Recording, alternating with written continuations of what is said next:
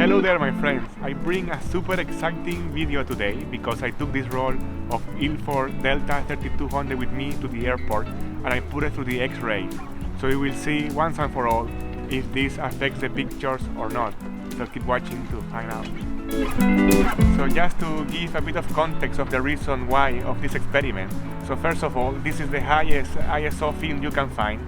And traditionally they say in the airport, I have been through Heathrow many times, they said that as long as it's not 800 ISO or more, you should be alright to pass it through the X-rays on the carry-on luggage.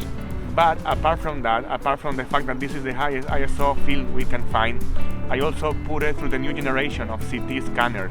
So people are saying that these new generations, as compared to the older ones, they are supposed to affect the film and the emulsion a bit more because of the increased radiation in which the film is exposed.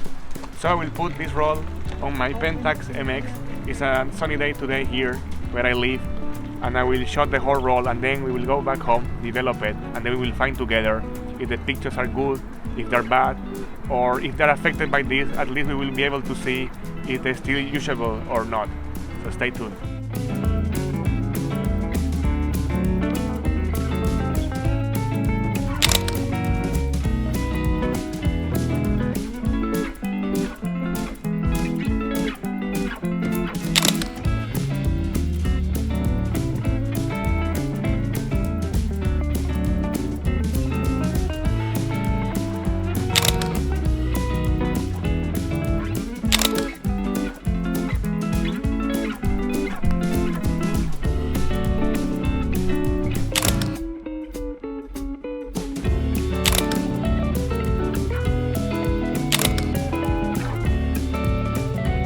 So, how are the photos looking so far? You're having a look before I do, because at this point I haven't been back home to develop the roll. So, are they good? Are they bad? They have some defect, but they still can be used. I will continue now, taking more photos to test this roll.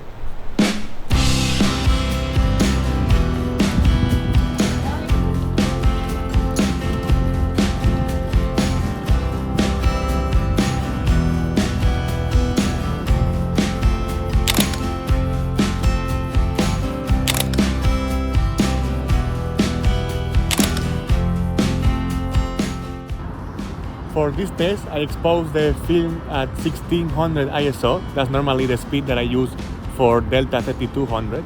And for the developing, I used Bellini Euro HC developer. So those were the conditions in which I developed the negative and how I exposed the film for this experiment.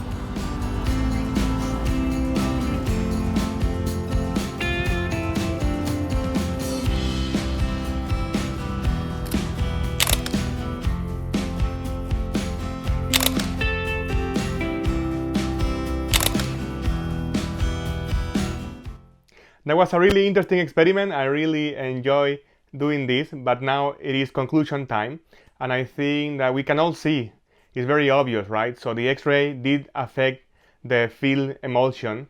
And what I could see in general, my main observations are, first of all, the results were very inconsistent.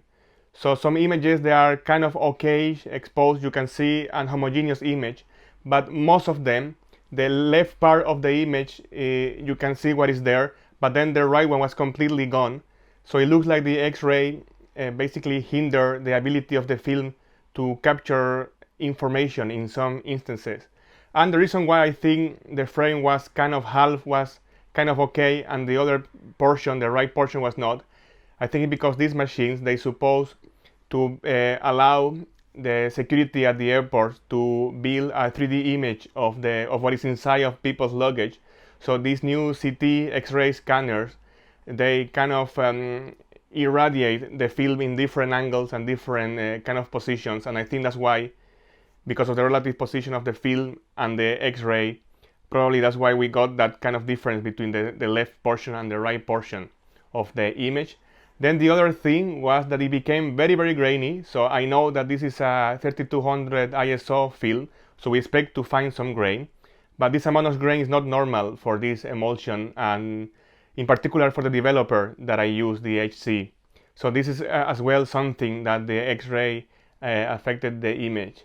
And for some reason, as you will see in a few seconds, I will put them here, some of the images that were in the innermost part of the roll, so the last photos that I took, they all came okay. And when I mean okay, is that at least we didn't get that left and right portion that's different between the two sides. At least they are homogeneously exposed. So I think maybe because they were in the innermost part of the roll, maybe those layers above the innermost part protected somehow from the X-ray radiation.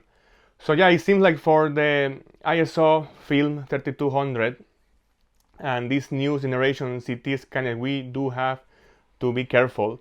So it is better, just to be safe, of course, to ask for hand check whenever possible. But this experiment is not complete yet, so I also took with me in that trip a roll of Tri-X, which is a 400 ISO film, and I also put it through the CT X-ray scan at the airport.